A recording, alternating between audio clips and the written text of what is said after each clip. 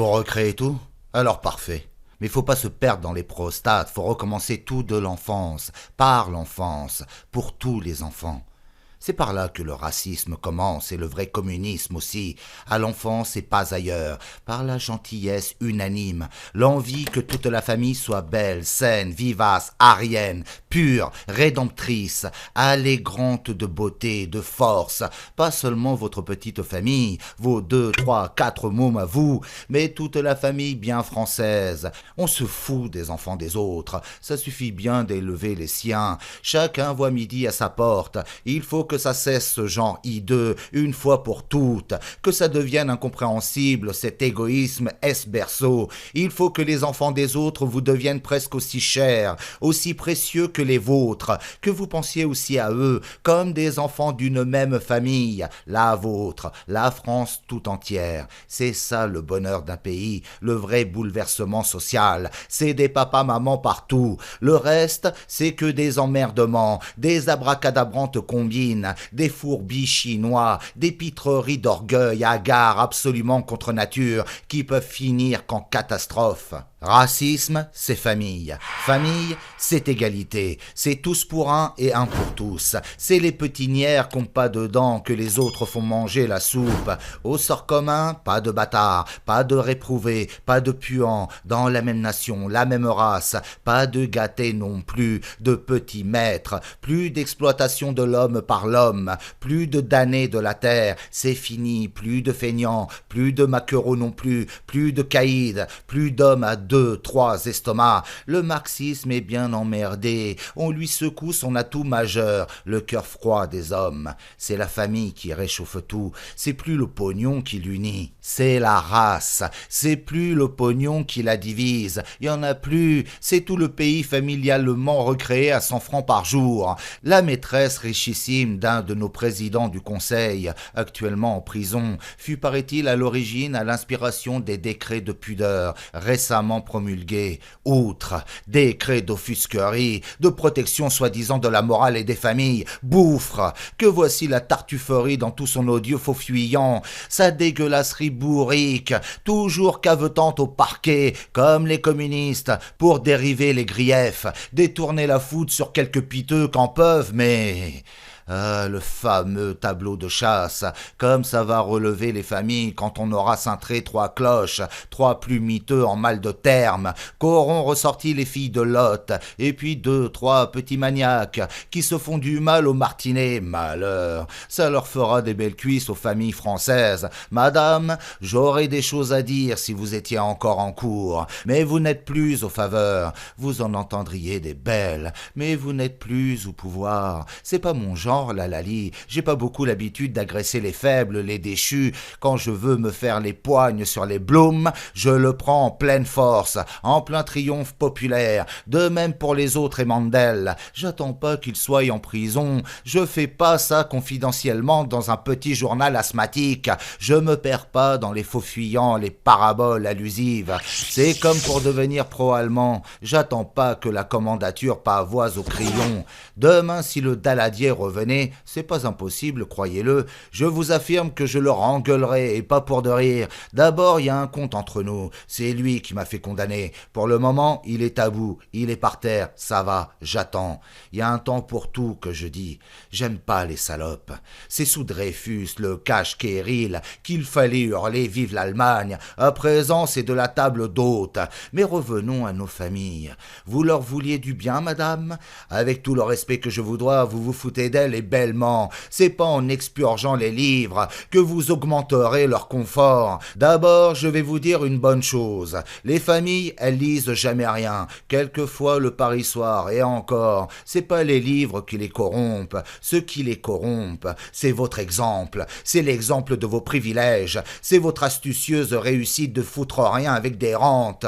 D'être bien heureuse dans votre nougat, toute parasite et pépère. Là voilà la folle indécence, l'obscénité en personne. Voilà le fléau, madame. C'est pas dans les livres, c'est dans votre existence même. Je vous vois d'une façon de les aider, les familles, qui vous sont précieuses. C'est de leur verser tout votre pognon, tous les attributs de la fortune. C'est ça qui les soulagera bien. C'est pas les déplacements de virgule, les nitoucheries effarées, les trémoussements autour du pot. Si vous attaquez le problème, alors allez-y carrément. Amenez vos ronds, là, sur la table, tous vos ronds. On verra de si que vous êtes sincère, que c'est pas du cinéma, que les familles vous tiennent à cœur. Parce que si c'est pour la musique, nous aussi on peut composer des folies bouffes, des pastourelles. Racine, lui, travaillait en verse pour les jeunes filles de la Maintenon. Ah, méfions-nous de ces maîtresses. Elles vous ont un goût des beaux-arts, un penchant, le caprice, le don de s'occuper des familles. Oh, c'est pas que je vienne dire du mal des beaux-arts et de leur enseignement, je trouve rien de plus essentiel. Donnez-moi le privilège d'écrire les chansons d'un peuple, et je serai bien au-dessus de celui qui fait les lois. Voici le précieux adage tout à méditer. Vous dites, le peuple a aucun goût, il aime que le faux, les ordures, ou qu'il aurait pris son goût. Pas à l'école, on ne l'apprend pas, on se désintéresse du goût, de l'enthousiasme, de la passion, des seules choses utiles dans la vie. On n'apprend rien à l'école que des sottises résonnantes, anémiantes, médiocrisantes, l'air de tourner con rabâcheur. Regardez les petits-enfants, les premières années, ils sont tout charme, tout poésie, tout espiègle, guilleretterie. À partir de 10-12 ans, fini la magie de Primso. Muet, louche, sournois, buté, cancer, petit drôle plus approchable, assommant, pervers grimacier, garçon et fille, ragoteux, crispé, stupide, comme papa-maman, une faillite. Presque déjà parfait vieillard à l'âge de 12 ans, une culbute des étoiles en nos décombres et nos fanges. Un désastre de féerie. Quelle raison? La puberté? Elle a bon dos. Non, parce que dressé tout de suite en force, sonné d'emblée dès l'école, la grande mutilante de jeunesse. L'école leur a coupé les ailes au lieu de leur ouvrir toutes grandes et plus grandes encore. L'école n'élève personne au nu, elle mutile, elle châtre, elle ne crée pas des hommes ailés, des âmes qui dansent, elle fabrique des sous-hommes rampants qui s'intéressent plus qu'à quatre pattes, de boutifs en égouts secrets, de boîtes à ordures en eau grasse. Oh, c'est vraiment le plus grand crime d'enfermer les enfants comme ça pendant des 5 ou 10 années pour leur apprendre que des choses viles, des règles pour mieux s'ahurir, se trivialiser à toute force, s'utiliser l'enthousiasme aux choses qui s'achèvent, se vendent, se mangent, se combinent, s'installent, dilatent, jubilent capital, qu'on roule avec, qu'on trafique, qu'on goupille, chignole, lamine, brase, en sentant faire mécaniser, qu'on accumule dans ses dépôts pour les refiler à bénéfice, à la grouillerie des brutes d'achat. Quelle atroce farce! Saisir les enfants à leur jeu, les empêtrer minutieusement, pas examen impeccable de notions toujours plus utiles, tourner en plomb leur vif argent, leur river après les quatre pattes, que la bête gambade plus jamais, qu'elle reste prosaïque à toujours, fardée à hurler à mort, sous chape effroyable, à désirer toutes les guerres pour se dépêtrer comme elle peut d'une existence, qui n'en est plus, qui est une espèce de survie d'une joie trépassée depuis longtemps, enterrée toute vive à l'école, parce que si ça doit continuer notre existence pareille et même telle qu'elle se déroule aujourd'hui sur cette boue ronde, je vois pas beaucoup à quoi ça rime. Des catastrophes comme distraction, des hécatombes comme dessert, ça peut encourager personne. On pourrait peut-être aviser, varier un peu nos usages, se demander par où ça pêche, à moins qu'on aime l'atrocité, les grands beaux-arts de catastrophe. C'est important, les beaux-arts. C'est pas moi qu'en dirai du mal, c'est la manière de s'en servir, c'est là qu'est le hic.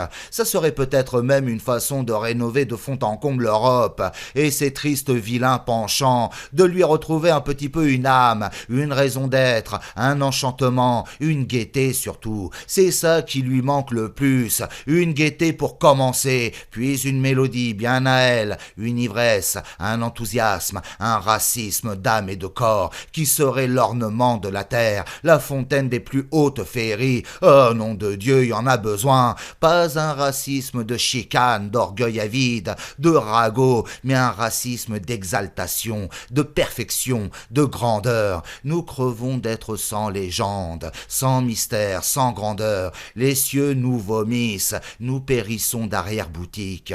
Vous voulez retrouver l'entrain, la force créatrice? Alors, première condition, rénover l'école, recréer l'école, pas qu'un petit peu, sans dessus-dessous. Tout doit reprendre par l'école. Rien ne peut se faire sans l'école, hors l'école. Ordonner, choyer, faire éclore une école heureuse, agréable, joyeuse, fructueuse à l'âme enfin. Non point morne et ratatinière, constipante, gercée, maléfique. L'école est un monde nouveau qui ne demande qu'à paraître, parfaitement féerique. Tous nos soins envers ce miracle ne consistent encore à ce jour qu'en brutalité méthodique, en avortement acharné. Le goût du public est tout faux, résolument faux. Il va vers le faux, le truqué, aussi droit, aussi certainement que le cochon va vers la truffe, d'instinct inverti, infaillible, vers la fausse grandeur, la fausse force, la fausse grâce, la fausse vertu, la fausse pudeur, le faux bonhomme, le faux chef-d'œuvre, le tout faux, sans se fatiguer. D'où lui vient ce goût catastrophe? Avant tout, surtout de l'école, de l'éducation première, du sabotage de l'enthousiasme, des joies primitives créatrices, par l'empesé déclamatoire, la cartonnerie moralistique, l'école des bourrages ressassages, des entonnages de fatras secs, nous conduit au pire, nous discrédite à jamais devant la nature et les ondes. Plus d'entreprises de cuistrerie, d'usines à rogner les cœurs, à raplatir l'enthousiasme, à déconcerter la jeunesse, qu'il n'en réchappe plus que noyaux, petits grumeleux rebuts d'empaillage, parcheminés façon licence, qui ne peuvent plus s'éprendre de rien, sauf des broyeuses scieuses, concassières à 80 000 tours minute, opions fabricants de désert. Bien sûr, il faut des certitudes, du pondérable, des poids, des mesures, des sciences exactes, des découpetages d'algébrie, des mathématiques barateuses lieuses, des concomitants mastodontes, poustouflant à 100 000 pistons, par tourbillonnage réversible, des foisseuses gicleuses synthétantes hautes 10 fois comme la tour Eiffel, un jus de cornu miroboleux, idole de 20 trustes verticaux, avec fournaise en ébonite, cheminée qui traverse les Alpes, tous les torrents emboutis, façonnés, égouts de haute force, mer blanche en sirop, qui remplace 1000 hommes à fond de mine par 3 P et un tondu, tout ceci formellement précis, et l'oustiquerie polytechnique. Fort bien, très bien, nous sommes contents. Parfaitement louable et grand merci, le progrès étant à ce prix.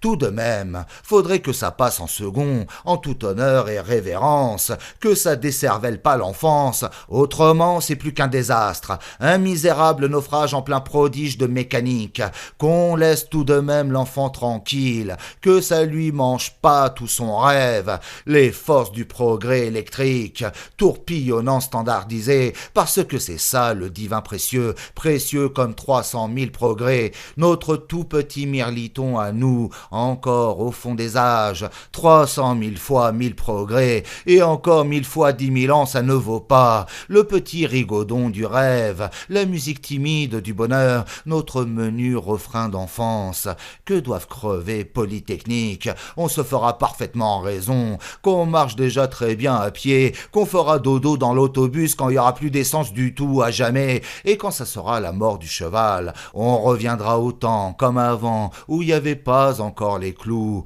où se promener n'était pas un drame, où ça finissait pas toujours à l'hôpital ou en prison. Je veux bien qu'il y ait de la force majeure, des mâles nécessaires, des mécaniques dans certains cas, des trolleybus, des cyclopompes, des calculatrices à moteur. Je comprends les sciences exactes, les des notions arides pour le bien de l'humanité, le progrès en marche. Mais je vois l'homme d'autant plus inquiet qu'il a perdu le goût des fables, du fabuleux, des légendes, inquiet à hurler qu'il adule, vénère le précis, le prosaïque, le chronomètre, le pondérable. Ça va pas avec sa nature, il reste aussi con. Il se fabrique même une âme chimique avec de l'alcool à toute dose, pour réagir contre l'angoisse, se réchauffer les aciers, se duper au monotone. Il se délabre, cafouille, s'étiole, rote.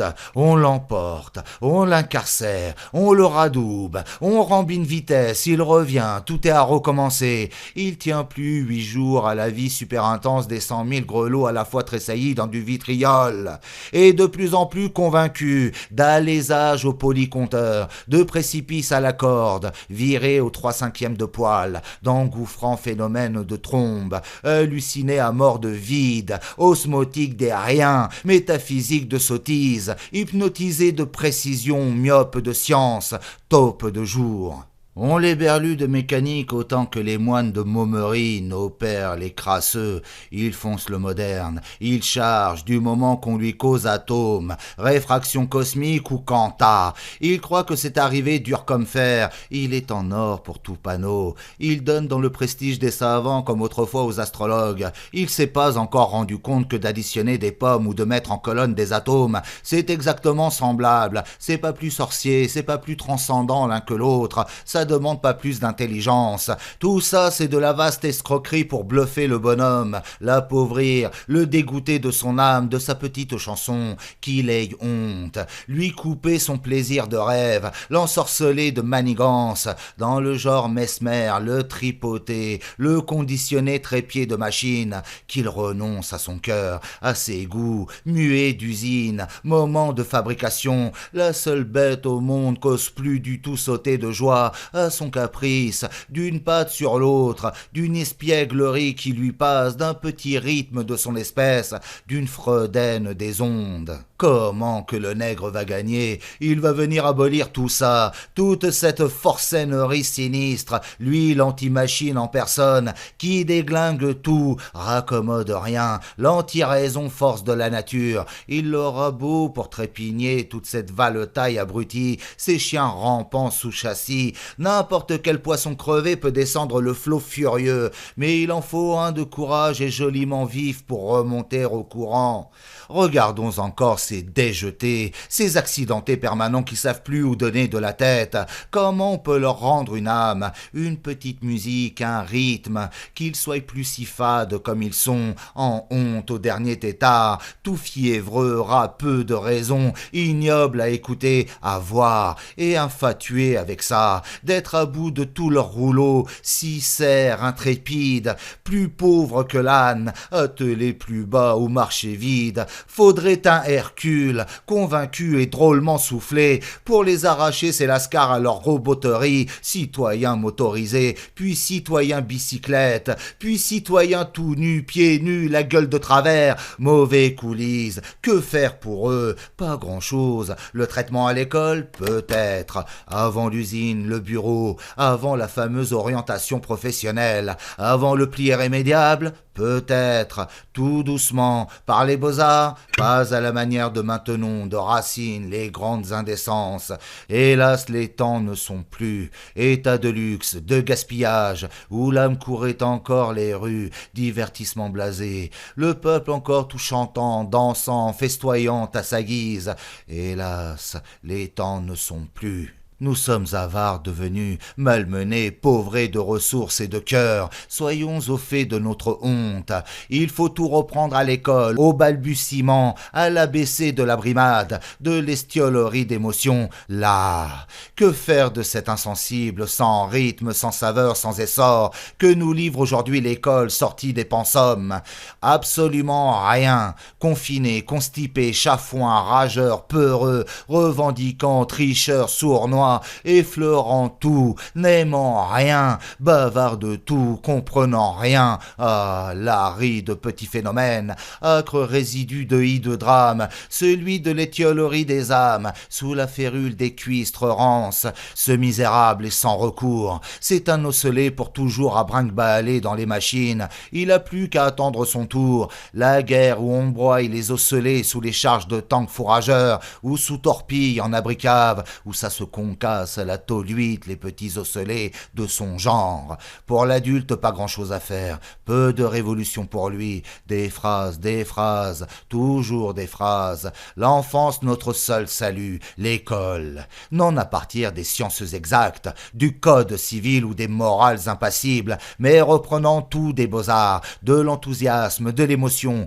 du don vivant de la création, du charme de race, toutes les bonnes choses dont on ne veut plus, qu'on traque, qu'on vexe, qu'on écrabouille. Une société, que demande-t-elle? En plus du lait chez l'épicier, du pain de 4 livres, du frigidaire, des sociétaires qui s'entendent, qui sont émotifs, émus les uns par les autres, pas des bûches rébarbatives, qu'ont des raisons de se rencontrer agréablement, non pour admirer leur confort, leur peau de zébi, du Kamtchatka, leurs 35 chevaux, 4x4, leur boîte à viande 14 litres qu'est la puanteur des campagnes, leur tankinette d'élégance, mais des choses qui ne s'achètent pas, qu'on fait soi-même avec des ondes, de la bonne humeur, du vent, de l'enthousiasme, du divin, de la pauvoisie. Sans création continuelle, artistique et de tous, aucune société possible, durable, surtout au jour d'aujourd'hui, où tout n'est que mécanique autour de nous, agressif, abominable.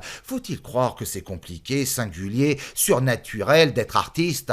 Tout le contraire. Le compliqué, le forcé, le singulier, c'est de ne l'être point. Il faut un long et terrible effort de la part des maîtres armés du programme pour tuer l'artiste chez l'enfant. Cela ne va pas tout seul. Les écoles fonctionnent dans ce but. Ce sont les lieux de torture pour la parfaite innocence, la joie spontanée, l'étranglement des oiseaux, la fabrication d'un deuil qui suinte déjà de tous les murs, la poisse sociale primitive, l'enduit qui pénètre tout, suffoque, estourbit pour toujours toute gaieté de vivre. Tout homme ayant un cœur qui bat possède aussi sa chanson, sa petite musique personnelle, son rythme enchanteur au fond de ses 36 degrés 8.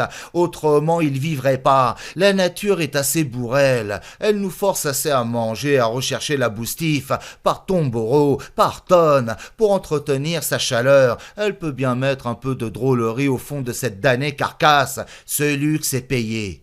Tous les animaux sont artistes.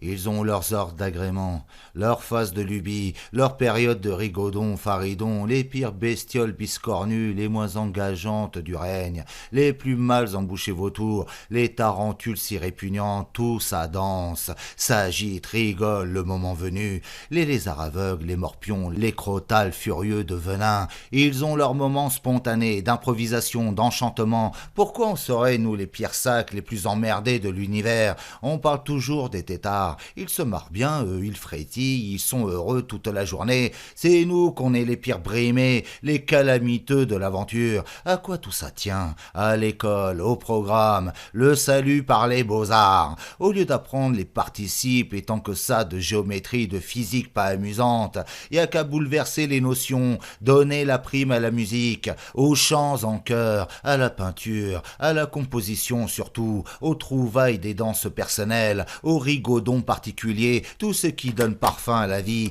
guilleretterie jolie, porte l'esprit à fleurir, enjolive nos heures, nos tristesses, nous assure un peu de bonheur, d'enthousiasme, de chaleur qui nous élève, nous fait traverser l'existence, en somme sur un nuage. C'est ça le bon Dieu à l'école, s'enticher d'un joli bel art, l'emporter tout chaud dans la vie. Le vrai crucifix, c'est d'apprendre la magie du gentil secret, le sortilège qui nous donne la clé de la beauté des choses. choses, des petites, des laides, des minables, des grandes, des splendides, des ratées, et l'oubli de toutes les vacheries. C'est de ça dont nous avons besoin autant, bien autant que de pain bis, que de beurre en branche ou de pneumatique, qu'on me dit la serre si je déconne. Et comment on apprend tout ça? En allant longtemps à l'école, au moins jusqu'à 15-16 ans, qu'on en sort tout imprégné de musique et de jolis rythmes, d'exemples exaltants, tout ensorcelé de grandeur, tout en ferveur pour le gratuit. La ferveur pour le gratuit, ce qui manque le plus aujourd'hui, effroyablement, le gratuit seul est divin. Plus de petits noyaux crevassés issus des concours qui peuvent plus s'éprendre de rien, sauf des broyeuses concassières à 80 000 tours minute. Malédiction sur la France. Lamartine, dernière parole. Une fois le cœur consacré au don de soi-même, la vie ne peut plus grand-chose sur votre belle heureuse humeur. C'est un genre de lampe d'Aladin qui trouve toujours de nouvelles joies en lieux les plus sombres. Ça s'arrange toujours plus ou moins, on ne foudroie pas un artiste. C'est lui qui juge l'univers, qui se fait marrer à sa guise, tantôt en bien, tantôt en mal. Comme si, comme ça, à petites astuces, au petit bonheur. On ne peut plus grand-chose contre lui, ni les éléments, ni les hommes. Il est passé fétiche pour tous, petit gris-gris des familles. Si on réfléchit, c'est pas mal, rien qu'avec du souffle, ça serait peut-être la fin des bisbilles, des jacasseries de sales cons, venimeuses atroces, des ragotages diffamants, destructeurs de tout, de réapprendre à chanter ensemble, en chœur, et voguer de même, la main dans la main. L'enseignement des rénovations, quelle ampleur vous lui donnez? Toutes, par la danse, les sports, les beaux-arts, les choses utiles seulement la seconde,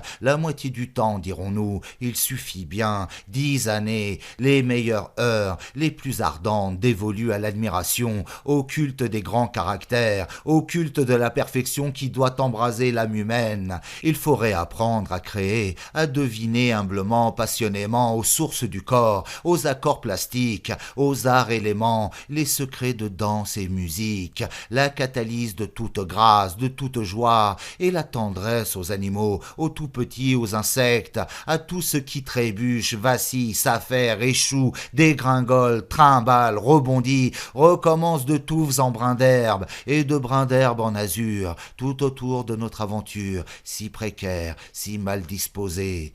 Que pense de nous la coccinelle? Voilà qui est intéressant. Point du tout ce que pense Roosevelt ou l'archevêque de Durham. Que le corps reprenne goût de vivre, retrouve son plaisir, son rythme, sa verve déchue, les enchantements de son essor. L'esprit suivra bien. L'esprit, c'est un corps parfait, une ligne mystique avant tout, le détour souple d'un geste, un message de l'âme, mieux à surprendre, à recueillir au bon, à l'envol de danse que sous accablant grimoire, marmonnerie de textes, contexte, baffrerie d'analyse de poux, découpage de cheveux en mille, spores assis, migraine, remigraine et la suite, à dégueuler ce noir bastringue, noir sur blanc, tripes et boyaux morfondus de gravité, d'horreurs apprises immangeables, titubant malheureux navrés de bibliothèque, enlisés, suffocants, affreux, sous glu de savoir, sous calcifiant un monde fouasse, culturel.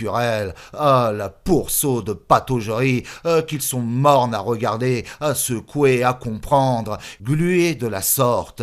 Que voulez-vous qu'il en advienne sans zèle, sans émoi, sans ferveur? Brut ou goujat, mufle partout, sournois d'usine, de cancre en boutique, ivrogne au labour, bête à cinéma, passif partout, de plus en plus ennuyeux, ennuyé, croulant, accablé. En chacun délivrer l'artiste, lui rendre la clé du ciel. Pensons à l'école française. Que trouvons-nous ici, chez nous, de plus facile à revivre?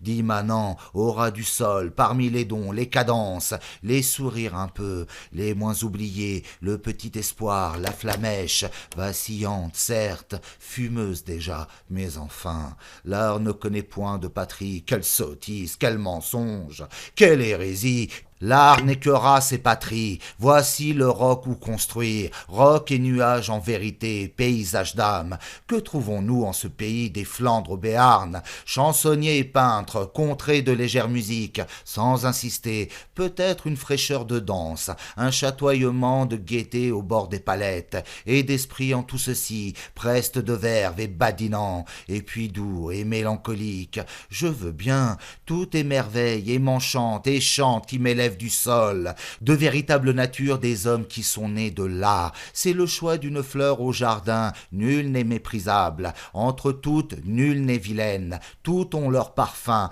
point de mine mijaurée. Tout est sacré de ces miracles, les plus infimes accents, 3 vers, 2 notes, un soupir. De ci l'on peut tout recréer, les hommes, leur race et leur ferveur, penser les blessures, repartir vers des temps nouveaux. Il faut retourner à l'école, ne plus la quitter de 20 ans. Je voudrais que tous les maîtres fussent avant tout des artistes, non artistes cuistres à formule, abrutisseurs d'un genre nouveau, mais gens au cours du merveilleux, de l'art d'échauffer la vie, non la refroidir, de choyer les enthousiasmes, non les raplatir, l'enthousiasme, le Dieu en nous, au désir de la beauté devancer couleurs et harpe, homme à recueillir les féeries qui reprennent source à l'enfance.